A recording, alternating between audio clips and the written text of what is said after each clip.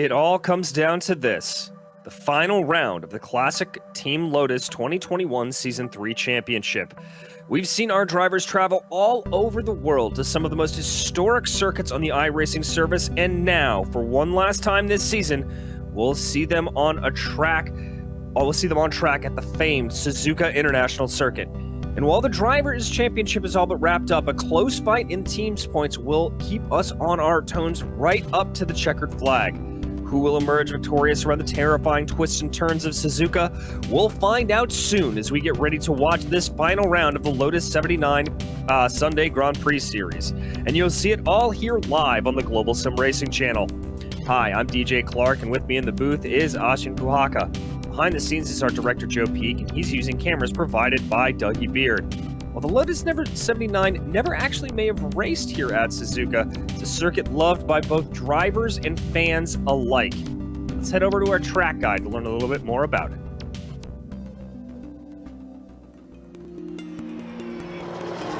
Welcome to Suzuka Circuit, perhaps most famous for its hosting of the Formula One Japanese Grand Prix for much of the event's history. This track sees all sorts of racing besides that. In fact, this place began as a test track for Honda, but later proved to be a driver and fan favorite for competitive motorsports as well. The full layout of the Grand Prix course steals the show, but there's actually 5 different versions that can be run on iRacing. With their lap lengths ranging from just over 2 kilometers to nearly 6 kilometers, plenty of different types of cars can suit the track. GT racing and lower-level open-wheelers are quite popular, but motorcycles are also a staple here. Some of the corners have become world-renowned over the years. The S's are often cited as one of the great tests of a driver's technical prowess. Then, of course, there's Degner's 1 and 2, which provide very little runoff considering their fast and narrow entry. Later on, the long backstretch leads up to the notorious 130R, which is blindingly fast. The Casio Triangle offers one last chance at an overtake if you're brave, but has been the scene of many drivers clattering into one another over the years. F1 fans will be quick to cite the infamous coming together here between Senna and Prost. However, real-life visitors will find it's more than the racing that provides some viewing pleasures. The unique ways in which the Japanese fans celebrate their favorite cars and drivers certainly capture your attention. But it's no wonder they're such fanatics, because who wouldn't be with one of the world's greatest tracks right in your backyard?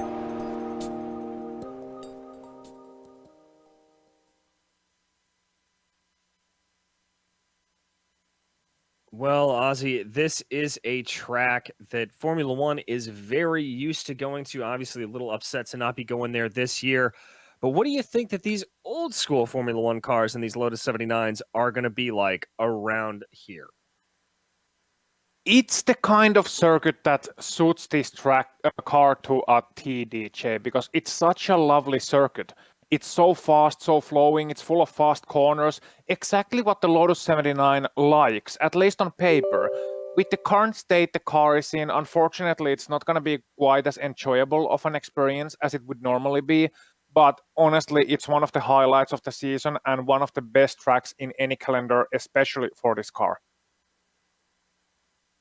Well, I know we are certainly looking forward to seeing them work their way around here. Now, we mentioned it at the top, but we've got a couple of championships to run through. First off, the Drivers' Championship. Now, in that, Gernot Frische is ahead by 13 points over Severi Seppa. So that's going to be the main battle we're going to keep our eye on. Gernot just needs to finish ahead of him, and he will lock down the championship yet again. Behind him, Ove Trangrade is 82 points behind, so really in a battle of his own with Alex Millward and Michael de Turk. And then we also have a teams championship, Ozzy. That we indeed do, and as we switch the graphics over to that, we see that the Arrows Racing team is still in the lead, but they are hunted down by the Parmalat Racing Team, also known as Brabham, just 9 points behind. Then it's Williams, 11 points off the lead, just 2 points off the Brabham guys. You got Renault with 17 points behind the lead, and then you got Ferrari in the top 5, 67 points behind the lead. So really, it's all down to Arrows, Brabham, Williams, and Renault. Not quite like it used to be, but still very 70s, turn of the 80s kind of feel to it. It very much is. And let's run you through those race details for today's event. Now, it is the final round here, 12 of 12 rounds, 23 laps here around this circuit with an open setup, but drivers always very welcoming on the forums talking about what they do and don't use. Incident points there you can see on your screen. 17 points will net you a penalty and 25 an outright disqualification, but we're very, very not used to seeing that pop up. But as of right now, before we get to those 23 laps out on track, it's qualifying. We watched Loic Barba here working his way around the casino triangle, the last part of this track to start a flying lap. Indeed, and let's just talk through that lap. It's interesting he took the inside line of the last corner. I usually take the outside line of the last turn, 10 into turn 1. This is really committed. Let's see when he brakes. He's going to be coming in here flat out and braking at the first apex already, turning it nice and early into the second apex. This is very important to get right, 10 DSs. And here the patience is key. You want to be off the throttle early and you want to be on the throttle nice and late, just getting it turned in. Here you can sacrifice this corner in order to get a good run through Dunlop, which is what Loic does here. Getting a decent run and accelerating all the way up that hill into Deckner 1. You want to be just sweeping it in. Downshift, sweep it in, 10 down 2 gears and into Deckner 2. Avoid the exit curb. Avoid it, avoid it, avoid it. You don't want to be going over there. That's going to be your lap gone. And 10 into the hairpin, braking into the first gear. Nice and tight on the inside, getting a good exit on the outside. The back end can really slide out as you get out of the hairpin. And 10 to 200 arc. This is easy, just hold it to the inside, watch for your braking spot, into the spoon, down 2 gears, and 10 into the spoon, getting a little bit slidey off the inside curb, down 1 more gear, second apex of the spoon. You may want to downshift, may not want to downshift, and 10 all the way into that long back straight, and you got one of the most feared corners in motor racing coming up. That's 130R. It's going to be flat out with these cars. Let's listen to this. That's lovely. And 10 downshifting into Casio Triangle. You want to get this one just right. Don't brake too late. Don't make the mistake that Senna once did. And 10 nice and tight on the inside. Is he going to be able to hold it? Yes, he's a little bit maybe sliding wide on that corner. And that's going to be a 147.0 for Loic Barba. It's not, however, good enough for the front row at this moment. It is good enough for the front row, rather, but it's not the fastest qualifying time by any means. He's going to be 5th actually as more time start rolling in.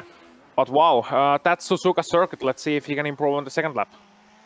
Let's see indeed as we watch there. Ove Trangrade, Sebri Seppa, and Paulie Parton in your top 3 right now. But this is the man of the hour, Gernot Fricha, as he comes across the line. Costa jumping up to P1. Fricha there popping in. I'm not seeing a time for him. He's just starting his first one, so he is going to be out there. Geronimo Costa, that is a newcomer here relatively to the series. Haven't seen his name in a while, so he is going to be out there putting a good time down to take provisional pole. Alex Ramirez slotting his way into 10th. Yeah, Juan Costa is someone who has been in this series in the past, but he hasn't been racing in a while. He was someone who was quite active something like 1 year ago or so. Definitely someone who has top 5 talent.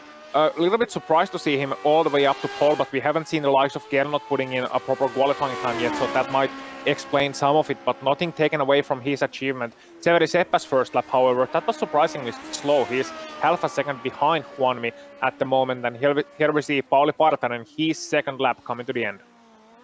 Yeah, working his way through that Casio Triangle, as you said. A little bit too much of that front exit curbing, I would say, but able to keep it together. Driver the number 7 bringing it across the line right now. That's going to be an even better time. That's going to be a 145.7. That'll bump his way up to 3rd place, so he will do no better than that there on his second lap, as these drivers really do only get 2 laps out on track. I'm seeing Dazi work his way up into P5. Armando Edwards in 10. Here comes Severi Seppa, the number 4 Dubois comes into 5th there, but Seppa working his way out of that final corner, that final chicane. He's going to be able to improve to the tune of about 0.2 of a second, but that's not going to move him up the charts at all. He will stay behind Paulie Parton, and here comes Frisha. What does Gernot have? He's going to cross the line with a 1:45.7. That's good enough for 4th place, but he'll have one more lap, but just barely. He's going to have to make sure there's no mistakes. Yeah, timing for Gernot is absolutely on. And I'm following Gernot's lap. As we are watching Henkel, I'm following Gernot here and just watching how his lap progresses. He has 1:45.4 to beat in order to get a pole position, and that's going to be so important with the overtaking being a little bit more difficult than you would anticipate here. But let's see Henkel. Yeah, Henkel's going to come to the line. A 1:45.7. Good time there for him. That'll bump his way up into 6th place. So kudos to Henkel for that. Yeah, overtaking, not exactly the easiest around here. You may see a little bit of an aggressive move going down into the hairpin. You may see some in the Casino Triangle, or the Casio Triangle, and you may see one going down into that first corner, but none of those are good guaranteed overtaking opportunities. Here comes Dylan Freckleton as he works his way around. A little bit of a happy tail there coming through Spoon. It'll cost him some time, but it sure didn't look pretty cresting over the hill like that. Yeah, no, not at all. And I'm watching Gernot. Meanwhile, he's almost at the same point of the track. I think we should actually focus on Gernot, nothing taken away from Dylan, because that is Gernot's the championship leader's final lap going on at this moment, and he's been a little bit loose. I was watching him through the spoon, and he was definitely counter-steering the car a little bit. I'm not sure if this is going to be a fast enough of a lap, or if he's on a very aggressive qualifying setup. Let's see how the last corners go. Again, a bit of a counter-steer, and not able to hold it down to the inside, so he's going to lose about 1/10 of a second running to the line, but it's still going to be enough. Wow! Wow, wow, wow. That just shows you when you're good, and Gernot Frisha is good, ladies and gentlemen. Taking the pole here at Suzuka. Let's go ahead and run you through that qualifying grid. As we just said, Gernot Frisha able to take first place away from Juanmi Costa in second. Ove Trangright's going to line up third, followed by Paulie Parton in fourth, with Seberi Seppa and Andreas Henkel in row 3. Row 4 will be Christophe Dubois, followed by Benoit Daisy, and Timothy Reed and Paul Schmellenberg will make up your top 10. Luik Barbet will start 11th. Alongside him will be Cristiano Corraini. Then it's Alex Ramirez, Armando Edwards, Pablo Suarez 15th, Barry West 16th, as is his number, Andrew Thomas, Dylan Freckleton 17th, 18th. Then it's Antonio Alvarez and John Tekabury. In 21st, it's going to be Robert Simpkins, followed by Keith Herner, with Daniel Gaulis and Thomas Delmuth lining up behind them. Joshua Justice will be in the quarter century mark, with Bill Krause in 26th. Francisco Lopez will be 27th, followed by Ryan Palmore, with Victor Garzon and Ben Wells behind them. And last 6 drivers will be Aitor Sintes Galiando, Steven Orell, Nicolas Caranyadas, Ernesto Pacheco, Jonathan Aliota, and Tyler Coogan. Rounding out the 36 driver field, we have a full field for the final of the season. We do indeed, and just like in real life, that run down to the first corner is going to be absolutely paramount. They're going to have to keep their eyes open, waiting for the last couple of cars to fill up the grid here as we wait for those lights to come on. There are the lights, engines harmonize, and here they go. Bring the thunder here for the final round of the Lotus 79 Championship. There's already a car off in the back. I'm seeing a lot of bouncing. That was Dylan Freckleton getting into the back of something, but up front, that is Costa up into the lead ahead of Gernot Frisha as they make their way through the first corner. They're side by side, back for 6th place, but that looks like Frisha losing a lot of ground off of the beginning. I think he's getting pressure right now from Partonen. He is, and he got overtaken by Juanmi Costa right at the start, so Gernot not having the start he was hoping for, but Partanen and Seppa are going to haunt him. Of course, the championship battle between Gernot Frisha and Seberi Seppa. Now Seberi up to 4th place. He gained 1 place on the start, and Gernot lost 1 place on the start. What is Pauli Partanen going to do? Is he going to unleash his countryman on the heels of Gernot, or is he going to drive his own race? We'll have to see that as they make their way under the bridge in this unique figure of 8 layout for the first time, down into the hairpin, slowing down, using the camber of that corner, all the cars tightening up. Nobody looking like they're really going for a move there, but a beautiful snake. You can see the way that all fans its way out. Up front, continues to be Costa leading. Prix not exactly looking like he's closing down too much yet, probably waiting for those tires to come in just a little bit more before he makes any move. Partanen definitely now going to be able to, Seppa rather, definitely going to be able to use a little bit of the draft here of Paulie Partanen as they make their way down into 130R. This is where we were talking off mic a little bit about you may have to lift if you're running that close. Very, very close there for Seppa, but definitely had to lift coming through that fearsome corner. Yeah, there are ways to make it flat out, especially later on once your fuel starts burning and your car gets a little bit lighter, but right now you definitely do have to lift as you're running that close behind somebody. First laps are in, and what I did notice is that Gernot is a little bit faster on a straight line, and Juanmi Costa, the slipstream might have some effect to that, but Gernot was clocking over 270 kilometers per hour heading into the first turn. Juanmi Costa 264 and over 270 for Partanen and Seppa in the slipstream as well. And one driver I do want to mention briefly, Uwe Trengereid. He started third place, now has dropped back to fifth place, had a bit of a poor start. It's going to be interesting to see if Uwe, who had an excellent qualifying, one of the best I've seen from him, is able to hang on to this pack.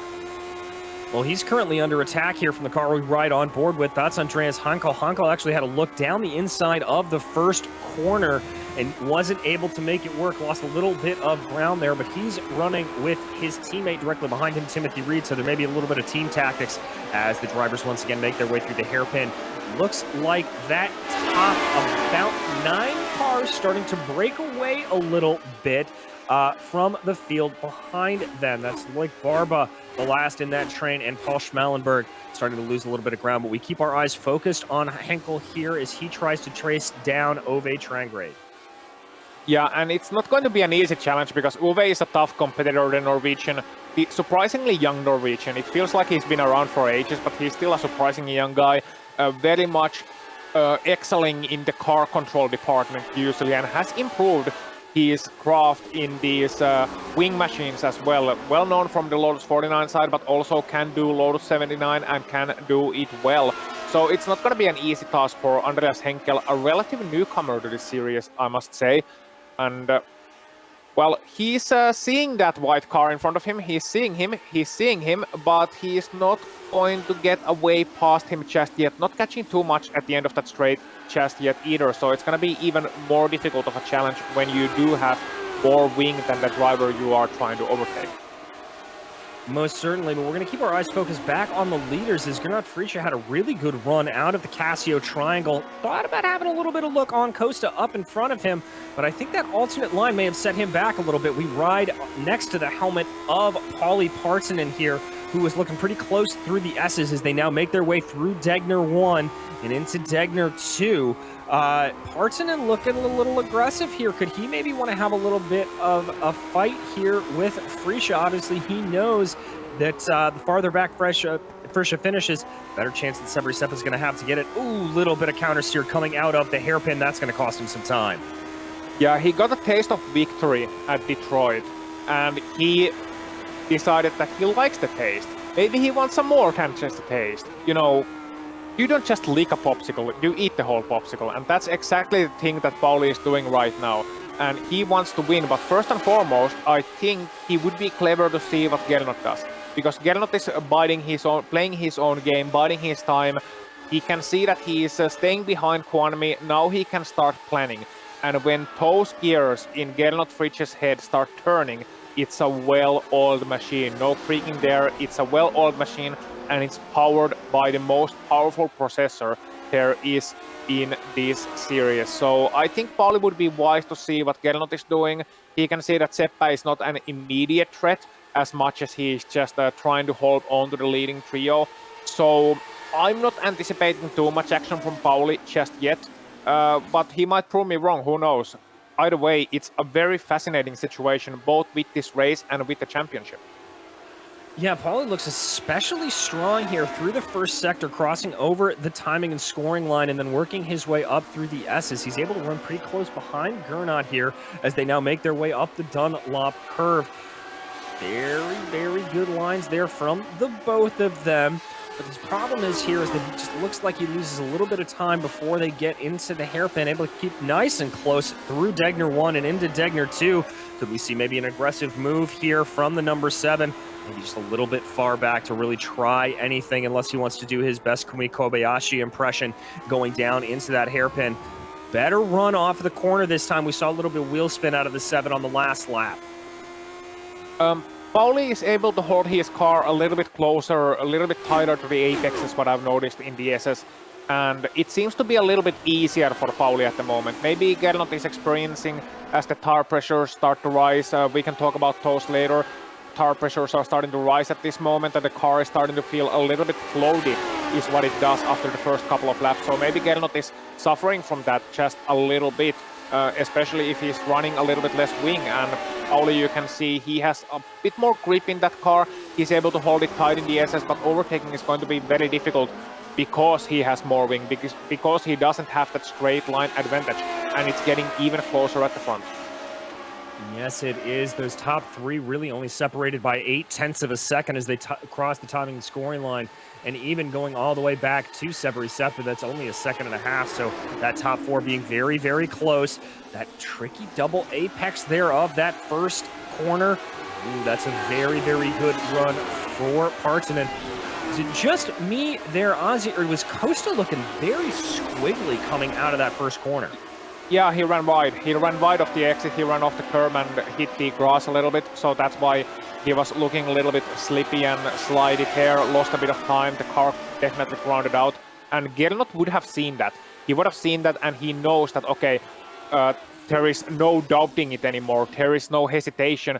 Juanmi Costa is definitely trying his best, and that's a perfect situation if you are behind somebody. If you see the guy who is leading, and you're usually chasing down the leader, you see the guy leading, trying his best, getting a little bit sideways, maybe running a little bit wide, you know that they're absolutely on the limit. And if you do have even 0.5% more to give, even one more percent to give, as it looks like Dylan gave it 101% and got punished for that. If you have even 1% to give, then it's going to be an ideal situation. Let's see this replay briefly. What's going to happen? It's going to be at the exit of the Dunlop corner, so it's going to be actually at the Degner curves. You see Dylan Freckleton on the inside heading to the corner and just going a little bit too fast, hitting the curbs on Degner 1 and then getting sideways off Degner 2, and that's going to be a 180, and that's going to be another 180 and rejoining the race, unfortunately, with front wing damage. Yeah, it looks like that left front wing just a little bit bent there for Freckleton. But he'll be able to keep back and going on. He's going to rejoin in 20th place. We focus back here on our leaders. I think this is one of the best runs we've seen from Partanen, and he's not going to poke his nose to the inside here through the first corner, like we said, unless your name is Kimi Räikkönen. You really don't like to make a move down into that first corner. It can be a little bit difficult. But once again, good runs here through the S's. As you said, just able to get down to the apex. Jumping back here, this is Suarez in a tight battle with Armando Edwards. Edwards trying to hold that 20 machine around the outside. Does so. Suarez trying to fight back a little bit. That's Alex Ramirez, his teammate right behind him. Look at all that time, though, that Suarez has lost to Edwards as he had to back out going into the first part of the S's. Yeah, had to back out, and it's always a brave move heading to the SS, and usually there is very little to gain when you go side by side through there, but everything to lose, not only in terms of potential damage to your car or just your lap times, but also it opens up an opportunity for the driver behind to make a move, and as we are focused on these cars, I must just say, smoking kills. A lot of that old school advertising, obviously, in this series with some retro liveries being shown all the way around. But the action on track also smoking. Looks like there's a pretty good battle between Karani and Thomas right behind them. Those two teammates starting to develop in as well. They're some very good close fighting all the way around this field. Everybody doing a good job here, though, of keeping it relatively clean. I think that instant with Freckleton is one of the few we've seen out on track. Yeah, it's been surprisingly clean so far. I think the drivers are respecting the difficulty of the Suzuka circuit, and obviously giving it that respect on the opening laps, driving at 95-96% rather than full 100. And obviously you don't want to go over 100% because that's a big mistake. Usually at the race you don't go over 99, really, because 100 would be just relying essentially on everything going perfectly. Speaking of the conditions here, we have cloudy sky, 22 degrees air temp and 24 degrees Celsius track temp. That's going to be in the 70s range for our American viewers in terms of Fahrenheit, and that's going to give a little bit more grip to these drivers. It's not a super hot circuit, so there's going to be some more grip, and maybe that's helping the matters here, as we know notoriously the Japanese tarmac is more slippery than the American or European equivalents. I think it's to do with more concrete in the mixture or something like that. I'll have to consult an engineer friend of mine to know about that, as our leaders now work their way around Corandis right there. A lapped car. Once again, Partonen closing in that second sector of the track, but not really able to seal the deals. They make their way up through Spoon. Good lines for both drivers. These gaps staying relatively calm across the board. Oh. Now, sorry, just Partonen. I just noticed Partonen being a little bit loose on the exit there. Go on. Yeah, he was a little bit off, but he's got a pretty good run here into 130R. A little bit of a back off. I don't think anybody really tried to... Oh, that's Ramirez around. Heavy damage to the 23 in Spoon. That is, and I'm going to be very curious to see a replay of that, because that race car looks more like a banana at the moment. Let's see, it's 200R, and oh, it's going to be T-Pack once again. So it's going to be something happening in the pack around the 10th position or so. Let's see if there's contact. Oh, there's just a single car spin for the 13, and that's going to be the McLaren teammates collecting each other. Well, we're seeing no smoking skills there. We're seeing smoking kills once again. I think of that one. Yeah, and there you see the 23 trying to keep on there, Alex Ramirez, but I got to say that car looks pretty terminal at this point. Good little battle there with Alvarez and John Tackaberry as they make their way through the first corner. That's going to be Alvarez getting by that red machine into the first corner, just hanging around the outside, letting that momentum carry him around. Yeah, that's a clean move, and that's a well-executed move as well. So you can make overtakes into the first corner and the first turn. As you mentioned before the race, I think that's going to be one of the prime overtaking opportunities, along with the Casio Triangle. Not so much at the hairpin unless you're especially brave, but let's see what Aitor Sintas Galindo can do here. Good exit of Deckner 2, and it's definitely possible, but not from that range, as we see a couple of drivers running a little bit wide over the exit curb. You know, that Deckner 2 exit curb, which we just saw, is so treacherous, because it's a sawtooth curb and it's so high that these cars are gonna actually round out over it.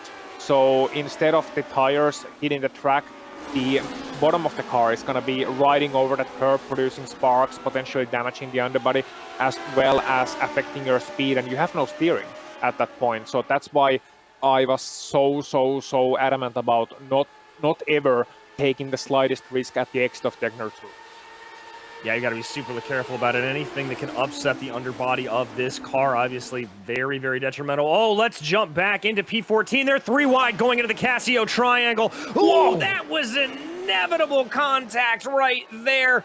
Oh, my goodness gracious. That is Galindo heading across the grass. Yep, and let's see a replay of that one right away. Description, 3 wide to the Casio Triangle. That's never going to work out, lads. That's just not going to work out. Something has got to give. So they're going to bunch up a little bit at 130R. Yeah, that's a good run, and he's getting a good run to the inside. I don't fault him for making that move, actually. Just getting a little bit too tight. Then the Arrows car just trying to, tuck him behind. The Arrows car had already given in that position, but then he lost it out under braking, just braking a little bit later than Galindo could do. And as a result of that, Galindo got a little bit of a love tap to his back and ended up running straight through the chicane. And that can happen so easily when you tuck in behind somebody on the draft and you lose the downforce on your front because you're so close to somebody on the braking, and then the braking distance is going to be a little bit longer than you perhaps anticipate. Yeah, exactly, and he's very lucky to escape there without a lot of damage. We're going to move our eyes back up to that battle for P1 and P2. Paulie Partonen continuing to apply pressure here to your championship leader, and there he's going to go for the inside move down into the Casio triangle. Later on the brakes, absolutely flawless move from Paulie Partonen. Not over yet though, there comes Severi Seppa and is the championship contender. Severi Seppa and Gernot Fritsche, DJ.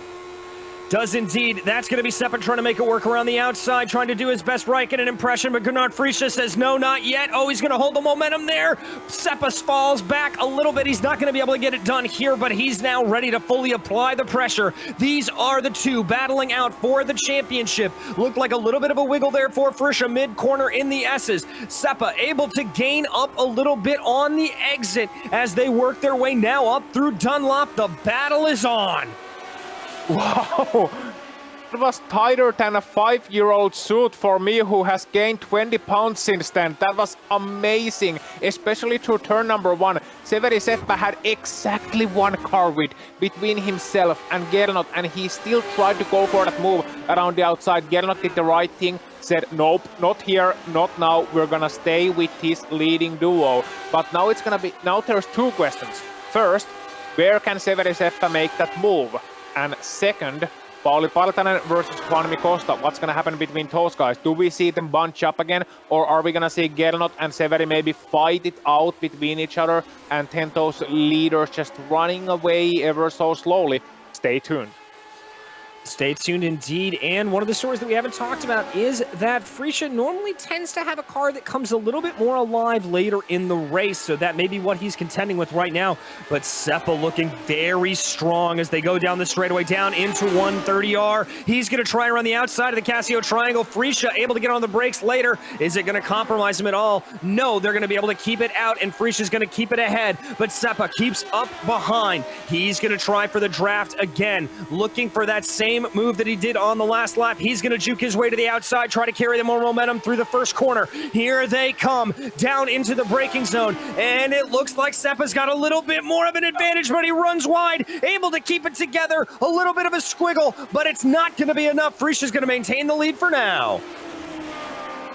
That was lovely, and we're gonna jump to a replay of that, and I wonder if it's gonna go all the way to Casio Triangle. No, but Seppa got a good run because Gernot locked up a little bit there, and here we see Seppa having his options. Gernot's gonna keep the middle line, and Seppa goes around the outside. I think that's the right choice here. He's gonna be able to carry more speed, and this is where it looks like he got it, but he got a little bit loose out of that racing line. Gernot had more grip and was just able to sail back by on the inside, saying, "Auf Wiedersehen, try again next lap."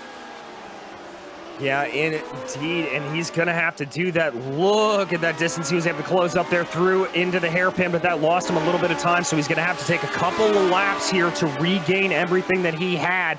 But Severi Seppa certainly looking hungry here on a lap 11. This is the battle for the lead right now. Costa continuing to lead as he did from a great start, but Paulie Partonen has set 2 fastest laps of the race in a row. So that number 7 Martini Racing Machine is on a mission here. Absolutely. His nickname is the Postman, or Postman Pat, to put it precisely, and he is definitely driving like he's being hounded by all the dogs in the neighborhood and starting to lick those stamps as well. He already got past Gernot. Can he get past Juanmi Costa as well? Certainly looking very poised is Paulie Partonen. His car is alive, and we still got almost half the race to go. Looking to the inside in the first turn, and that's a great strategy. It was never going to be an overtake, DJ, but he got Juanmi unsettled. He got exactly the reaction he was looking for. Juanmi left the door a little bit open, watching his mirrors, and now Paulie knows that, okay, Juanmi is going to be focused on his mirrors. Now I can start playing mind games. Exactly, and that's sometimes the best way to get an overtake done, is just trying to get into that opposing driver's head a little bit. The gap between the two holding right now at about 0.4 of a second. So Partonen just trying to press as much of an advantage here as he can. I don't think he's going to try to make any crazy moves here down into the hairpin or anywhere else. I think the best overtaking opportunity for him going to be going into the Casio triangle or going into that first corner. We'll just have to choose where he wants to press his advantage here. But the game is certainly on here, both for Partonen and Severi Seppa. And it's so interesting to see how much Pauli is able to punch above his weight during the later parts of the season. That win at Detroit completely changed the feeling of this season. You know, his composure is so much better. He's so much more confident. He's just driving wheels out of this car, and he's suddenly finding himself in a place where he can battle for these Sunday Grand Prix victories each and every week. And I think he's gonna have to change his name this rate as Juanmi locks up the brakes. He's no longer Partanen, he's Örditanen, maybe even Eagletanen. A little golf joke there for the uninitiated. I love it. As Costa does respond there with the fastest lap of the race, trying to hold Partanen at bay. Partanen getting that inside line a little bit through the first corner. A little bit of a wiggle there for him coming off of it, but he is certainly still close to him, keeping that gap at around 3 to 4 tenths of a second. Yeah, and now it's looking to settle down just a little bit. Juanmi is getting a bit more confident with his car, and you can see him changing his line. He's, sacrificing that final turn of the SS even more to get a better run out of the Dunlop corner. And you can see Pauli losing a bit of time. Maybe he has to cool down his tires just a tad because he's been running so close throughout this race. He had a couple of free laps, but otherwise he's been running behind somebody all throughout this race. And you can see there, overheating the tires, definitely going into the hairpin, and that's going to allow Juanmi to run away a little bit more as we focus on the battle for the final podium position. Yeah, it looks like Seppa's holding back a little bit here, maybe not trying to push the issue as much as he wants to. We're getting ready to cross over with 10 laps to go, so does need to get a move on, but he is within striking distance at this point still.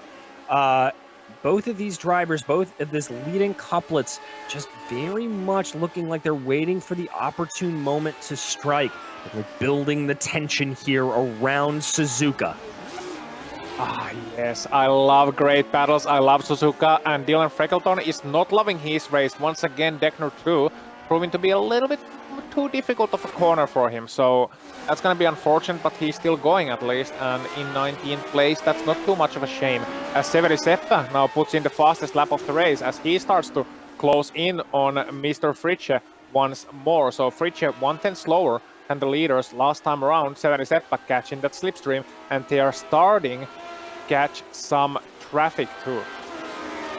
Yeah, they are. I see Ben Wales and Bill Krause up the road from them right now, so that could throw a little bit of wrench into the works here as they go along.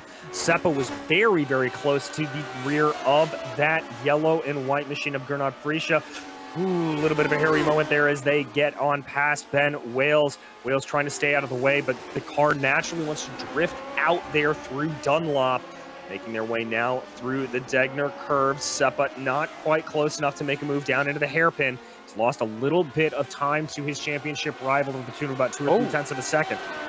Yeah, look at the leaders. I was just about to say, look at the leaders. They're so close, and I think Juanmi Costa made a bit of an error breaking into the hairpin. Just got a bit of a wiggle in there, and that's going to result in Pauli getting even closer, growing more confident. And once again, Juanmi is a little bit sideways at the exit of Spoon. That's pretty normal there. That's such a low grip corner. It can catch you out. But let's see what Pauli can do here.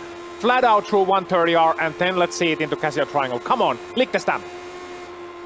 Is he going to do it? He's certainly got the run here. He's going to try to pull out. He's going to go to what will be the outside of the corner. It's all going to have to be about later on the brakes. That's good defense from Costa. Costa blocks off that interior apex and is able to hold Partanen at bay for now. But Partanen's going to get they've got traffic ahead that's going to pull out of the way. Partanen using that traffic to get a little bit of a draft. Pulls his way back here. He's going to be on the inside line going into the first corner. It's all going to be a battle of the brakes. Can Partanen pull this off? Costa holds it around the outside. Partanen later on the brakes through the second part of the corner. And I think it's going to be Costa holding the momentum as much as possible. He's going to hold on to first place. I was thinking we would get a Ricardo Zonta at Spa 2000 moment there. With Pauli potentially passing the lap on the inside, but he didn't have the room for it. Still, Juanmi Costa able to hold on round the outside. We saw the reverse of what happened between Fritsche and Seppa there. this time Costa able to just hold on to his pace, with Pauli Partanen definitely starting to apply more and more of that pressure. I tell you what, the hydraulic press guy is from Finland, but I think even he would be blushing with how Pauli is able to just squeeze every single last bit of racing and sweat and blood and tears out of Juanmi Costa. He certainly is, and that battle just absolutely getting more and more electric. And what that fight through the first sector has allowed to happen is they go, oh, that's Costa around. That is your leader spinning through Spoon. No! And let's wait for a replay of that one, but that looked like a single car error to me. So coming into the Spoon corner, here we see Juanmi Costa leading the race, and that's not going to be Pauli Partanen close enough. Let's see if he catches the grass just a little bit or what happens there. Taking a very good line and just, a little bit too aggressive on the turning, losing the rear end, spinning out into the pavement and being able to rejoin the circuit. Unfortunately, that's going to be in 4th place with the victory now out of sight. Here we see the onboard look of it. Yeah, you see, he gets the good line into the corner, applies the brakes a little bit, and yeah, just carries too much speed in there, and that sends him spinning. Heartbreak there for what was a great race for Juanmi Costa. Really, really good run, but he will find himself now out of the podium positions. He is going to be about 3.5 seconds back of this leading trio. But even with your former leader out of it, that fight at the front, very, very much still in play. So now it's Partanen leading from Freesia with Seppa hot on Freesia's heels here. The top 3 separated by about less than a second. Yeah, so essentially that's going to also make it more difficult for Severi Seppa to win the championship, because as our sometimes drivers and sometimes just interested viewer Teemu Vaskilampi has put it, they're doing some calculations on unofficial calculations, mind you, in our wonderful race chat at the moment, and it looks like that Gernot Fritzsche can be 4th or higher, and that's enough for him to clinch the championship against Severi Seppa. And now that Juanmi Costa has dropped back, it's gonna make it even more difficult for Severi to win it. Even if he wins this race, he's not gonna be the champion if Gernot stays in these positions, and Gernot is challenging Pauli to the inside. Oh my god! And he runs wide. That is Freesia running wide. Seppa says, thank you very much. I will try to take that position, but they're going to be side by side coming out of the Casio Triangle. This battle not done yet. Seppa going to be to the outside with a little bit more momentum. Then Freesia able to carry a little bit more speed as they go down the front straightaway. Freesia trying to pinch a little bit to the outside to get the preferred line, but that's going to be Seppa carrying speed around the outside. Freesia going to hold the inside line. I think he's going to have it a little bit of a wiggle there for Seppa, and yes, Gernot Freesia able to hold on despite that mistake through the Casio Triangle. Yeah, and here we're gonna see a replay of that absolute send by Gernot Fritzsche. I mean, he's in the slipstream of Partanen, yes, and he's gonna spy a room to the inside, but at that distance and so late, I'm sorry, what the was that, Gernot? Indeed, I think that was just a little bit of an almost desperation move, something that we're not used to seeing out of Gernot Fritzsche, but look how he's able to regather himself back up. He knows Seppa's coming and just holds that inside line to the best of his abilities, dives down, holds it in, and just keeps the speed up through the inside line. Normally we see those passes trying to be made around the outside there, but Fritzsche just by almost force of will alone holding the inside line. Wow. So Gernot able to hold on to the 2nd place. Pauli Partanen gets a much anticipated breather. Potentially bring him his brown racing suit after that one, because I don't think he was expecting Gernot up to the inside at that point of the race. Certainly not saving it for the last lap, but Gernot wants to win the championship with a bang. He's not satisfied with just taking 2nd or 3rd place and clinching the championship the easy way. No, he wants to win this race because he's Gernot Fritzsche. And as you said before the race, Gernot Fritzsche is good. Well, I think you might have to remove one more O from that description. We very well might. This is Trangrade, though, having a little bit of a look Henkel rather having a look on Trangrade. Henkel down to the inside. Trangrade not putting up too much of a fight, trying to carry some speed around the outside of the first corner, but that's going to be Henkel securing that position up into P5. So that is a move up for that number 3 machine. They've been locked in a relatively fierce battle for most of this race. Yeah, they have been, and they unfortunately haven't been getting the airtime they deserve. Henkel finally able to get past Uwe Trengeride, and that's a great thing for him. He's been quietly having a good race. He's in 5th place, the German driver, and he's certainly able to, you know, show off his pace. And they're less than 10 seconds behind the leaders, mind you, so it's not like they've been slow. It's just that the action up front has been so frantic that we haven't really been able to show you what's happening behind them, because it's good racing all the way down the field. Yeah.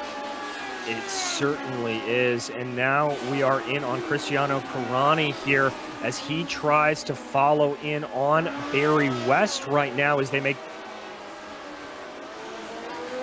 Oh, that is Barry West making the move on Cristiano Carani, but so focused on the lead of this race, we ourselves getting a little bit confused when we look back through the field. Yeah, no doubt about that, especially with sometimes the teammates driving similar cars, and you're able to see the pictures of the same car, and then you don't realize that, oh, it's somebody in a different position. But definitely Barry West, one of the veterans in this series. Always great to see him out there on the track, especially as he's fighting for a potential top 10 position. Getting a great run, as we are now watching Juanmi Costa taking the fastest lap of the race, only for that to be denied by Andreas Henkel in 5th place, so he's finding some late race pace here, certainly. Uwe Trengeride, he's been able to get past him. Andreas Henkel in 5th place, and now he potentially sets his sights on Juanmi Costa, who might unfortunately be a little bit too far away with 5 laps to go, barring a miracle, of course. Yeah, exactly. The rest of this field working their way around here. We've had some pretty good levels of everybody keeping in. Still 28 drivers running on the circuit. Continuing to follow Henkel here as he makes his way around up and out of that final chicane, that Degner curve as he makes his way down to the hairpin. I've got to say, Ove Trangrade doing a good job of keeping up behind him as they make their way through the hairpin. There is Trangrade on your screen, keeping up behind that blue machine in front of him. Trangrade running in 5th right now. Little lap traffic getting out of the way there for these 2 fast runners. Yeah, they are, and being very gentlemanly in their conduct. It's always a bit of a hair raiser for the top guys when the race doesn't split, when we get a 36 driver field with potentially gaps of 8,000 iRating between the first and the last. I'm not kidding, Gernot has over 8,000 iRating. He's very good, in case you haven't figured that one out already. But yeah, so many cars, 28 drivers still left in this race, some pretty big gaps in terms of pace, but everybody handling the traffic pretty well so far. There hasn't been any real hiccups, which is nice to see, and people are just being predictable when they get out of the way, watching their mirrors, being very aware and knowing that the leaders are going to be very fast, that you might want to let them by on a straight line rather than in the corners. Case in point, Steven Orrell just this lap letting by both Severi Seppa and Gernot Fritsch, and that's a shout out to him and hats off. And obviously these races are a great experience for these guys as well, even though they're not fighting for top 10s, they're not fighting for top 5s. They are improving, they are learning, and maybe one day, who knows? You know, we've seen Pauli Partanen rising from a mid-packer to a race-winning contender, a race winner even in Sunday Grand Prix. We've seen so many other drivers do that. Juanmi Costa wasn't exactly setting the world on fire at first when he came around, and he's been able to improve at such a rapid rate. So who knows, maybe we'll see some new winners in the seasons to come. Well, there's a little bit of traffic up in front here. That is Nicholas Kariandis right ahead of Frisha as Seppa starts to close in a little bit. That's going to be a tricky area. Kariandis not getting necessarily out of the way. That's going to be a little bit of a block up during the entry to Spoon. He's going to get out on the entry, but I think that costs Seppa a little bit from carrying momentum to the outside. That's a big wiggle there from Gernot Frisha. It's now going to be a drag race down into 130R. This is going to be spicy. Seppa's got a little bit more speed to the inside. He's he's going to be able to pull ahead. Is Frisha going to try to fight him around the outside? Frisha now getting a little bit of the momentum as they go through the corner. They're side by side through 130R, headed down into the Casio Triangle. Who's the latest of the late breakers? It looks like Frisha's going to have the line, but Seppa not aware yet. There may have been a little bit of contact, but both cars keep it pointed the same way. Almost contact again on the exit out the corner. And they're still side by side. What is it? Two contacts. They're banging wheels here at Suzuka. The championship contender, Severi Seppa to the outside into turn number 1. Gerlot to the inside, leaving him absolutely no room. Squeezing him dry like the last bits of toothpaste. Wow!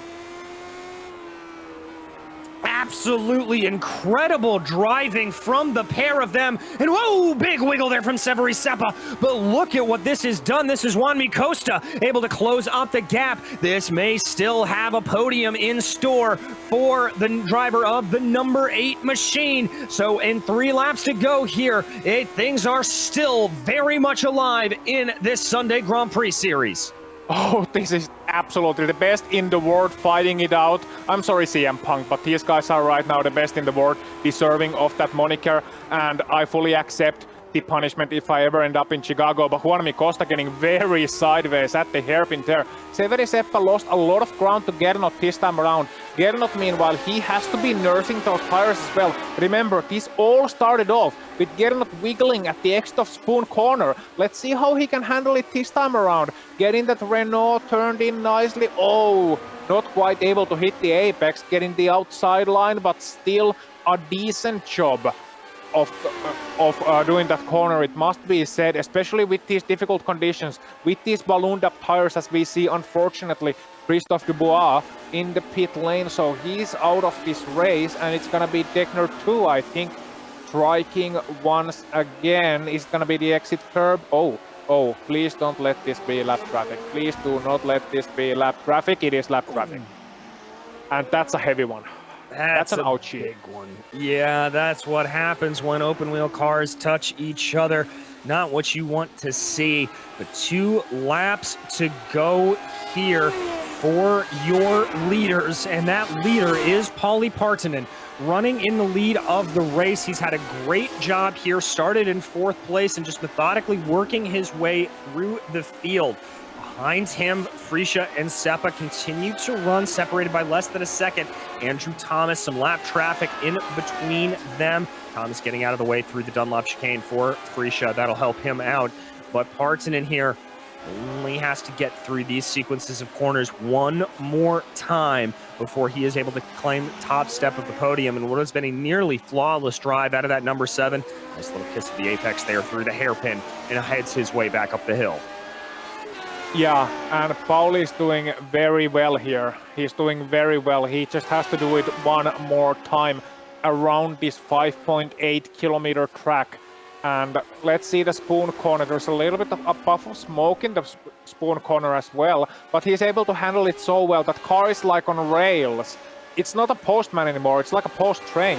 And he's just going choo-choo as he guides it to the station one more time into the terminus, claiming yet another victory. Behind him, Seppa is slowly starting to catch back up to Gernot Fritsch, who did a very good lap last time around, a 146.0 compared to Seppa's 146.8.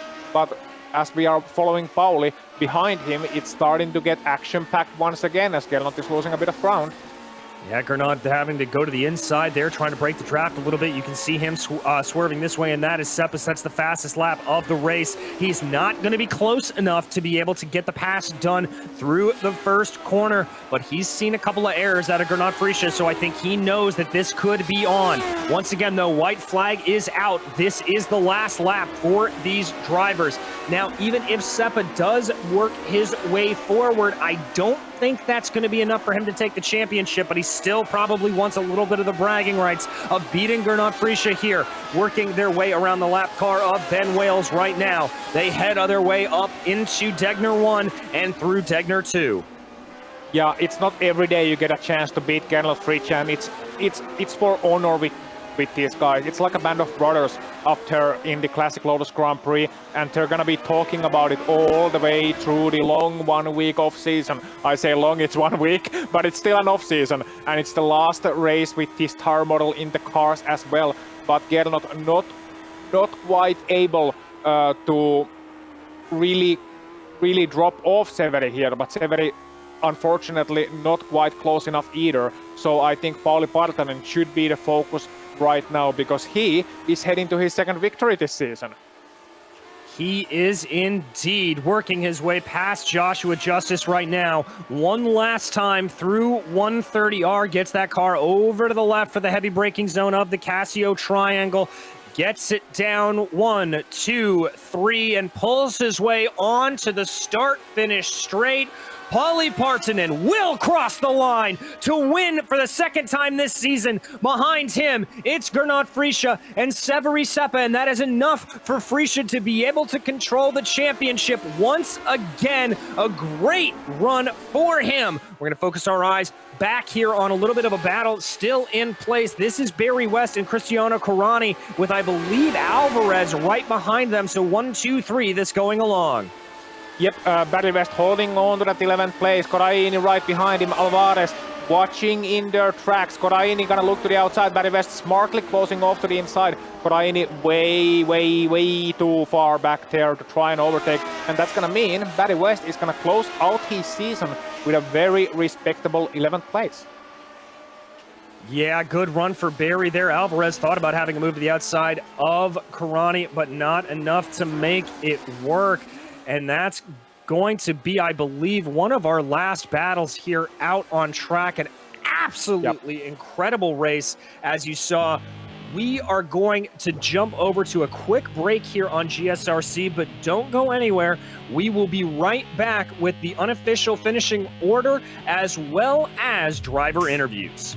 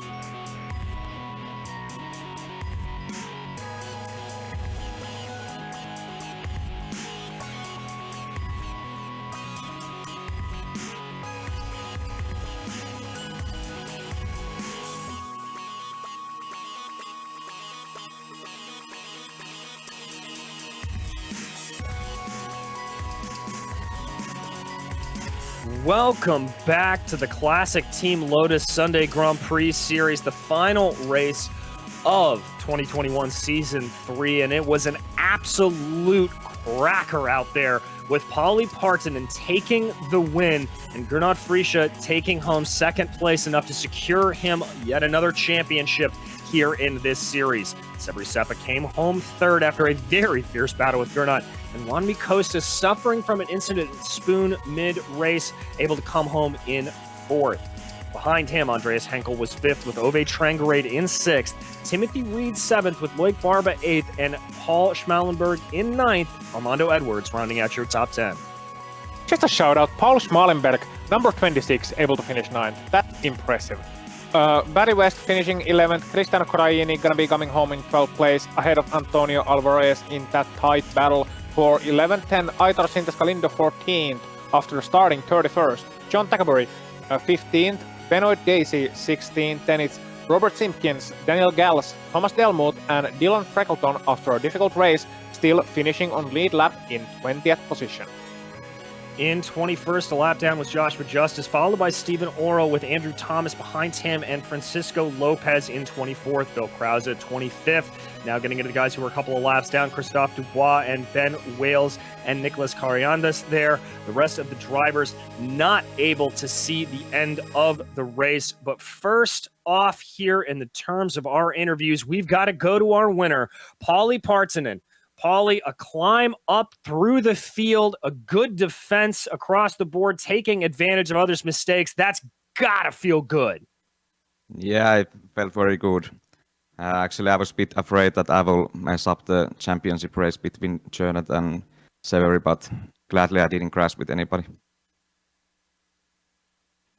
Well, around here, I mean, what was the sort of mentality you were coming in with? Were you on full attack mode, or was it a little bit of just sort of wait and see what happens around you at such a tricky circuit like Suzuka that's not always the easiest to overtake on?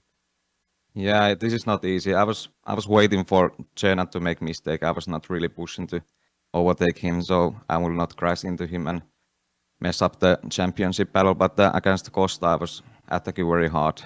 But my mission was to win him, and yeah, I was lucky he made a mistake. So I was able to get the first place, and after that it was quite easy. Well, with our eyes focused on next season, obviously you've got 2 wins this year. I'm assuming you want to add to that title, add to that those wins in your column. You may be starting to look a little bit at the championship for season 4 of this year as well. Yeah, the rest of the season has been very good, and I think I've been able to challenge Gernot and Seberi and others next season, I hope. Well, I know we'll be looking forward to it, and very much looking forward to seeing that rise for you. Paulie, anybody you'd like to thank here for this victory today? I want to thank you, Thomas, for setup. Very good to drive. I didn't have a lot of practice. I actually just came home 2 hours ago, so it was very good to drive. And thanks for Seberi also. He's been sparring with me whole season, so thanks for him. And also the Turk. He's been very helpful for years. Thank you, guys. Thank you. That was your winner here today at Suzuka, Paulie Partanen. And now, Ozzy, I believe you've caught up with our second place finisher, Gernot Friesche. Second place in the race, first place in the championship. Congratulations, Gernot Friesche. You did it once again. Hi, Ozzy, yeah. That was a real nail biter, this race, because it was basically a battle with Seberi, and I guess the one that would have finished ahead would probably win the championship. I'm not sure what about the extra points for fastest laps and pole position would have turned out. So it was a really tough race for me, and huge congrats to Seberi. He had a great season finish and made it really exciting in the end. And you guys had some great battles throughout the race as well. Talk us through it, because sometimes one expects maybe you had the championship lead, you knew that, if you were ahead of Seberi, it would probably be enough, and not knowing the exact situation, but you weren't really pulling punches there. You were really going at it hard, and Seberi was going at it hard. How was it from the driver's perspective? It was a little bit confusing because the positions changed all the time. I think a third place wouldn't have been enough for Seberi, no matter what I would have done. So when Paulie was ahead and Juan, we also. So at that point, I was looking quite good, but Severi was always following close, and then suddenly, Juanmi had that spin, so things got even more complicated with the standings, and I didn't have a spotter to tell me exact standings, so I was basically just trying to stay ahead of Severi. I was fighting really hard, maybe right on the edge of what's okay. It turned out to be fine this time. On the other hand, I had the chance to see the championship 2 weeks ago, and then had a contact last week the same. So I guess it pays back a little bit, maybe. It does, and it was some great battling. We certainly enjoyed it. I hope you enjoyed it too. Now, looking into the next season, we're gonna see the tires changing. Obviously, running maximum tire pressures this season has not really been enjoyable for most of the drivers. So, looking forward to the new tires, maybe, and will we see Gernot Fritsch once again challenging for the championship? For sure, you'll see me again. I don't think I'll be battling for the championship next season. I'll miss the first round, and usually I take some time to adapt to altered physics. So with new tires coming, things are going to be complicated again, and you need to do a lot of testing. So I guess I'll need a couple of weeks to be up to pace again. Okay, well, still looking forward to see you with the new tires, and congratulations, Gernot, once more. A very well-deserving champion. Definitely the greatest of all time in this series. And if you have anyone you would like to thank or send greetings to, then feel free to do so. Ladies and gentlemen, your champion for the Classic Lotus Grand Prix 2021 Season 3, Gernot Fritsch. Thanks, Alcian. As usual, I'd like to thank you guys for doing great broadcasts. And also, thank you to my opponents this season. I don't think it's been the most deserved championship, but for sure the closest one. So, congrats again to Severi for a great battle. Great second place as well. See you guys. Bye-bye. Bye. All right, that's Gernot Fritsch. And then we have DJ Clark talking to someone different. Well, we've got Barry West here in the booth. Barry, one of the drivers who was able to move his way up the field pretty well, up 5 positions here to come home in 11th. Barry, a lot of good overtaking out there. Must felt like a good race for you. Yeah, apart from the start, I mean, I haven't got one of these magic clutches working yet, but it was really good. You got to have eyes in the back of your head at the beginning. Apologies to Dylan. I think I didn't realize him creeping up the inside of me. I 3 wide into turn 1, and then it was hectic the first lap, really, in the midfield. Well, after you sort of get through that first lap, let's call it a kerfluffle, what was kind of your mentality? I mean, were you on full attack mode, or was there a little bit more of a just sort of like, okay, let's just let the race come to me? How were you approaching getting up through the field? Well, I had a really good race in the one before, and I had good practice defending. So I just thought at the beginning of the race, just let the people that are going to fall off and hit each other, and just try and stay out of trouble just for the first few laps. So I lost quite a few places. Then when it settled down, I was behind Cristiano, and I was trying to catch him. I was a little bit faster than him, but I was creeping on him in every lap. And then I eventually forced him into a mistake in the middle of turn 1, and got past him. And then, of course, he was pressurizing me then. But we couldn't catch Armando up. But it was great racing. I mean, I really enjoyed it. And I love this track. You can't beat these old school tracks. Brilliant. No, I have to agree with you. It's great seeing these Lotuses around here. And obviously, I think official final schedules are still being announced, but obviously on the forums that got a pretty good idea of what's coming. Anything you're particularly looking forward to as we get into season 4 of 2021? I can't remember what's on there now, but I do like Silverstone for racing. It's not very good for practicing and hot lapping, but it does give some good racing. And Brands Hatch I like, obviously. Alton is made for this car. Suzuka, Spa, Watkins Glen. I love Watkins Glen. It's so much fun, and people should come and join us because there's plenty of help. I was just using the bog standard setup that's a community set that's been given. And you can play around with it, but I just left it as it was, and it's just a magic community, and everybody helps each other.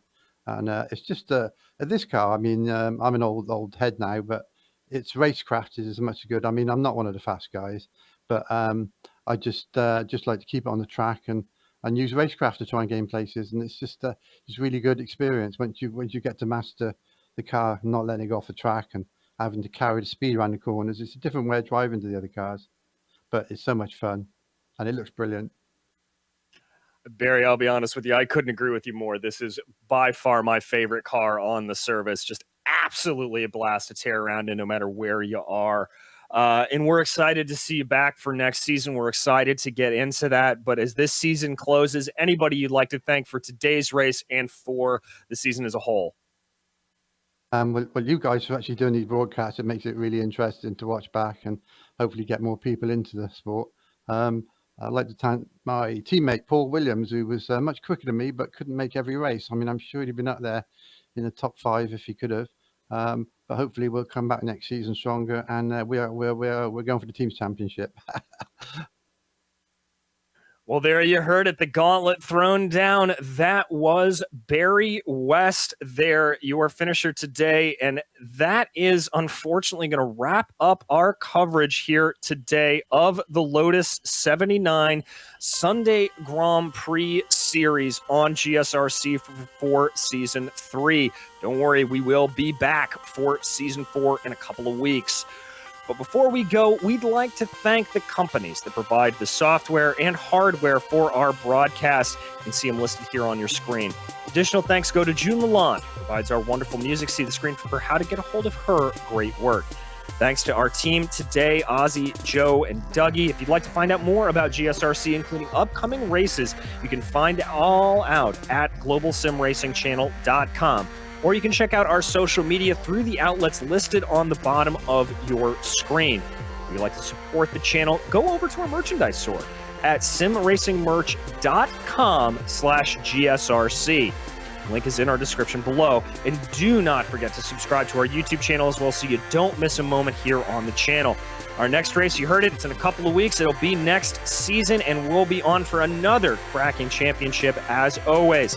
We also have some upcoming races listed here on your screen, so check them out and mark them down on your calendar. The next race on the channel will be the Flying Huskies at Mo Sport Park. That'll be Tuesday, September 7th at 8:20 Pacific Daylight Time. But until next time, race clean, race hard, and we'll see you on the track.